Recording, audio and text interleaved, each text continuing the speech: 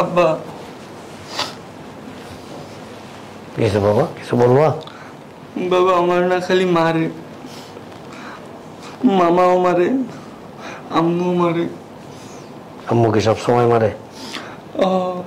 ওই দিন খাবার চাইতে গেছি, আম্মু আমার খুন্তি দিয়ে মুখে উঠে বাড়ি মারছে। মামাও মারে? মামাও মারে। মামার কাছে বলছি যে আমার একটু ঘুরতে নিয়ে যাবা, মামা আমার লাথি মেরে ফেলাই গেছে।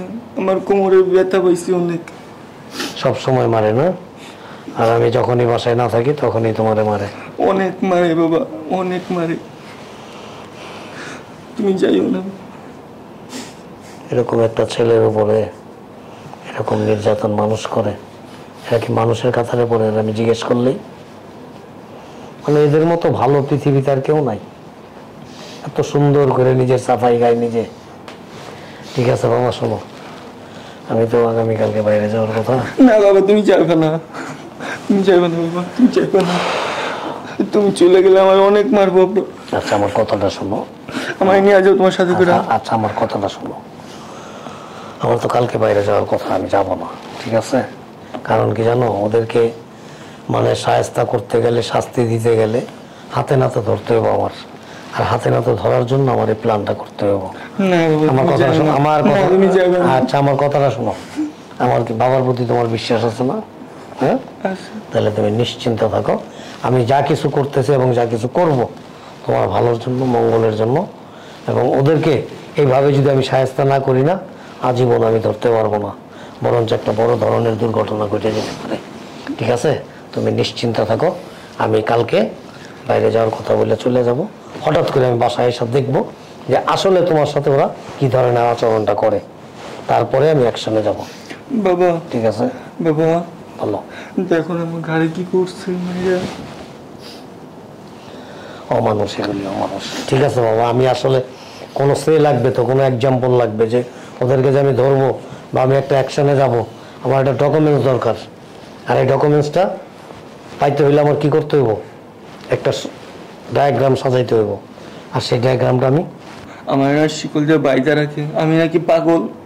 আচ্ছা ঠিক আছে, শিকল দিয়ে যাতে বাইদা না রাখতে হয়। আমার শিকল দিয়ে বাইদা অনেক পিটায়। ঠিক আছে আমি সব দেখতেছি বাবা। যাও, বাবার উপর বিশ্বাস আছে না তোমার, আস্থা আছে না? বাস তুমি নিশ্চিন্ত থাকো, যাও রুমে যাও, যাও আরাম করো, যাও। যাবো? যাও। আচ্ছা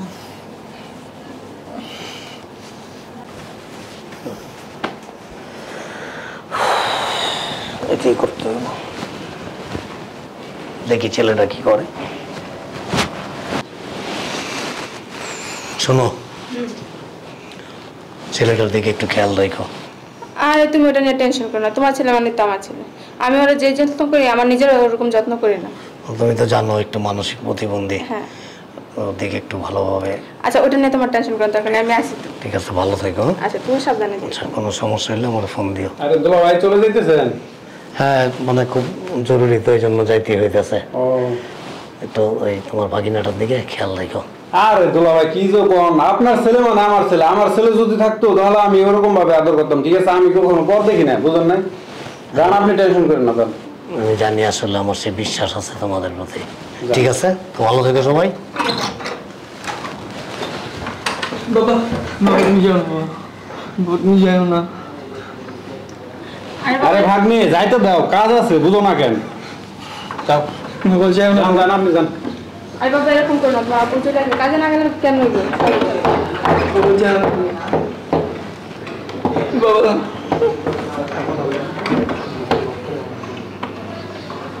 যান যান দুলা ভাই যান। আচ্ছা ঠিক আছে, ভালো থেকো। আচ্ছা আল্লাহ হাফেজ।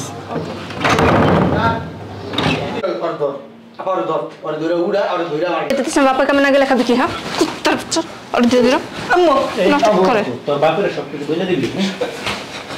মামা আমার মারতেছো কেন? এ রে শিকল থেকে শুনছো? তোর মারবো না চুমো দিব? হ্যাঁ বাপের সব কইতে চাস? আম্মু মারো না আমার প্লিজ আম্মু। এই তোর মারবো না, চুমা খাইবো? তোর বাপের কি করছে গেলা? হ্যাঁ একদম না কুক সংসার লোক লক আর বলবো না, আর বলবো না, আমার মারো না তাও কেউ। আমার ব্যথা সারা শরীরে।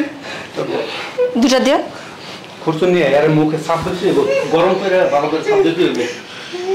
মাঝে মাঝে মন চায় না ঘোড়ার ডিপ্পু মাঝে। কে তোর মা? কে তোর মা? হ্যাঁ, তোর মা তোর মরছে।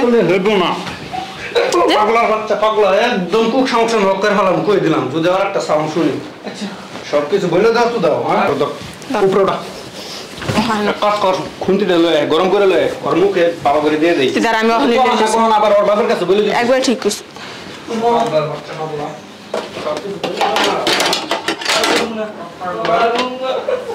এই নিয়ে যাও নে আর মনে তোর চুমা কাম এটা চুমা দিমু হ্যাঁ দেখি ভাই দেখি এসে মুখে এই ও ব্যথা পেয়েছে, ওই যে ও দেখতে আসছে, আমি রান্না করতেছি। ছাড়ো এটা ছাড়ো চল ওটা ওটা বাসিতে ওটা আরে দুলা ভাই আপনি কি করতেছেন তুমি আমার বাইরে হাত দিলা কেন? মুখে কি জানি হয়েছে দেখতেছিলাম কই লাগাবে এটা কই লাগাবো মানে আমি রান্না করতেছিলাম এটা দিয়ে। চুপ কই লাগাবি আরে দুলা ভাই এটা লাগামু কেন এটা তো এই হাতে না ধরার জন্যই আমি আজকের এই নাটকটা সাজাইছি। আমার ছেলের উপর তোরা ভাই বোন মিলা যে অমানসিক নির্যাতন করস আমার ভাবতে অবাক লাগে। আরে আমার ছেলেরে খুরচুন লাগানোর জন্য আমি তো অনেকক্ষণ আমাদের এখানে দাঁড়াই আছি, তো তোদের কথাবার্তা সবকিছু আমি শুনছি, ঠিক আছে? এই তুমি কি শুনতে কি শুন? এই তুমি কিভাবে জানো তোমার ছেলের উপরে নির্যাতন করি? আজের কথা আমি কিভাবে জানি শুনবি? খুরচুনটা দাও রান্নার চুলায়। আমি কিভাবে জানি এটা শুনবি? হ্যাঁ শোন,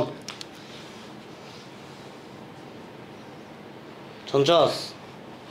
হ্যাঁ এটা যে গরম করে আনছস আমার ছেলেরে লাগানোর জন্য, এটা এখন এই গরম খুরচুনটা তোরে আর তোর ভাইয়েরে পাছার মধ্যে যদি লাগাই দিই কেমন লাগবে? হ্যাঁ কি বলতেছো এসব? কেমন লাগবো? কি বলতেছি মানে তোর গালে লাগাই দিই, লাগাবো না। দীর্ঘদিন যাবত আমার ছেলেটার উপরে তোরা অমানসিক নির্যাতন করতেছস, কেন করতেছস? কত অসহায় একজন মানসিক প্রতিবন্ধী, মানে কি জানোস? এরা হইলো মাজলুম। আল্লাহ পাক বলছে মাজলুমের মাথায় যে হাত রাখে আমি আল্লাহ তার মাথায় হাত রাখি। আর তোরা কি করস? দুইটা ভাই বোন মিলা আমার ছেলেটার উপরে। আর আমি বিয়েটা করছিলাম কেন জানো? শুধু আমার একমাত্র এই ছেলের জন্য, যে আমার ছেলেটাকে টেক কেয়ার করতে পারে, আমার ছেলেটার খেয়াল রাখতে পারে, আমার ছেলেটার একটু আদর যত্ন করতে পারে, এই জন্যই আমার তোমাকে বিয়ে করা। নতুবা বিয়ের জন্য আমার এরকম ফাল পারে নাই, বুঝো না? দেখাই যায় যাও। আমার ছেলেরা যখন তুমি টেক কেয়ার করতে পারবে না, আমার ছেলের সেবা যত্ন করতে পারবে না, তাহলে তোমার মতো নারী আমার এখানে দরকার নাই। আমার ঘরে একটা বড় শোকেস নাই যেখানে তোমার বসায় রেখা সুন্দর করে সাজায়া সকাল বিকাল আমি ওম নমঃ শিবা ওম নমঃ শিবা। যাও বেরো, যাও। ছেলের লগে লগে এই ভাই তো কিছু করছি একটা প্যান্ট খুলে জায়গা মতো দাগ দিয়ে তোমার মনে ও খুঁজুন কিন্তু হলো করো এক কান লাগাই দিব এনে। যা বেরে যাস না কে বেটা, যা। আপনি জান না কে? আপনার কি প্যান্ট পাটি বাজায় খেতামু? যান পস্তাই একদিন। হ্যাঁ পস্তামারি বাবা রে বাবা। আপনার মুরালি ভেটকি আর বোনা ফোনা সৃষ্টি অন্যকে দেখেন, আমারও দেখেন না। ফাজিল কোথাকার, অসভ্য কোথাকার। বাবা এসে গেছে, টেনশন করছি। এটা শোনো, আচ্ছা ঠিক আছে। এটা দিয়ে আমার দেখো গতকালকে পুড়ে দিছে। শোন, অসহায় মানসিক প্রতিবন্ধী মুখবধী পঙ্গু লোলা এদের উপরে যারা নির্যাতন করে না, আল্লাহর তরফ থেকে তাদের জন্য শাস্তি নির্ধারণ হয়ে যায়। চলো